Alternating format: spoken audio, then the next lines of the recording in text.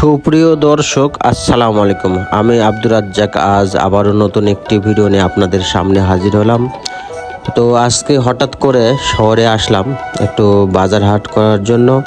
তো ভাবলাম আমার প্রিয় শহর রংপুর, যেহেতু অনেকেই হয়তো রংপুরে আসেনি কখনো বা শহরটা দেখেনি, তো মূলত সেই জন্য আজ আমি রিক্সায় বসে এই ভিডিওটা করেছি আপনাদের উপহার দেওয়ার জন্য। এটা হলো রংপুর শহরের ভিতরে। তো দেখেন মানুষ পেটের জন্য কত কষ্ট করে, এই যে রাস্তার ধারে কলা বিক্রি করতেছে।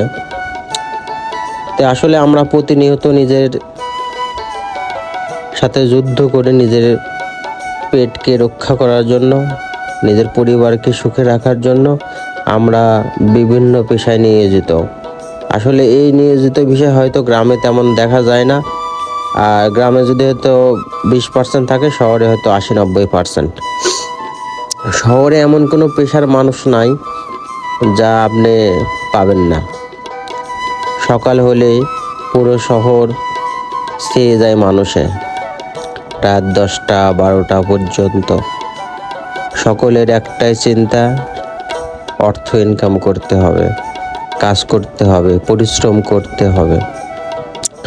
আবারও কাজ শেষে আবারও সারা রাত ঘুম পেরে আবারও সকালবেলা একই অবস্থা। তো আসলে আমাদের জীবনটা আসলে কি দেখেন, আমরা এই ছোট থেকে বড় হলাম, বড় হওয়ার পরে বিয়ে করলাম, তারপরে ছেলে মেয়ে, আমাদের বাচ্চা কাচ্চা হলো, তো ছেলে মেয়েকে বিয়ে দিলাম, লাতিপুতি হলো, তারপরে বুড়া হলাম, কবরের ঠিকানায় চলে গেলাম।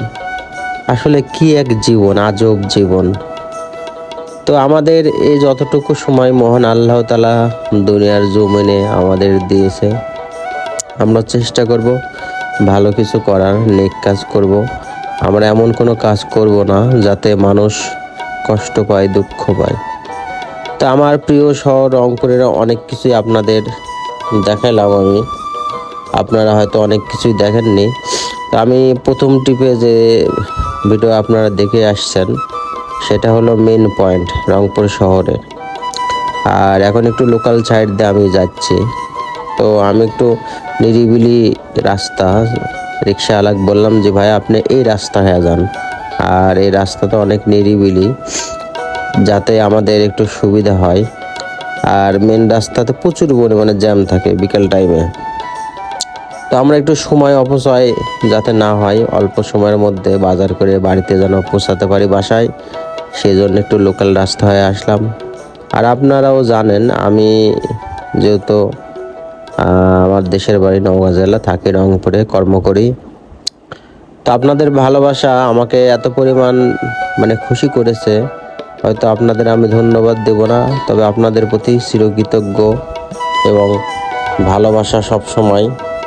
আপনারা আমাকে যেভাবে সাপোর্ট করতেছেন নতুন অবস্থায়, হয়তো এতটুক সাপোর্ট পাওয়ার যোগ্যতা আমার আছে কিনা জানি না, তবে আপনাদের ভালোবাসা যদি আমার সাথে থাকে, আর এই ভালোবাসায়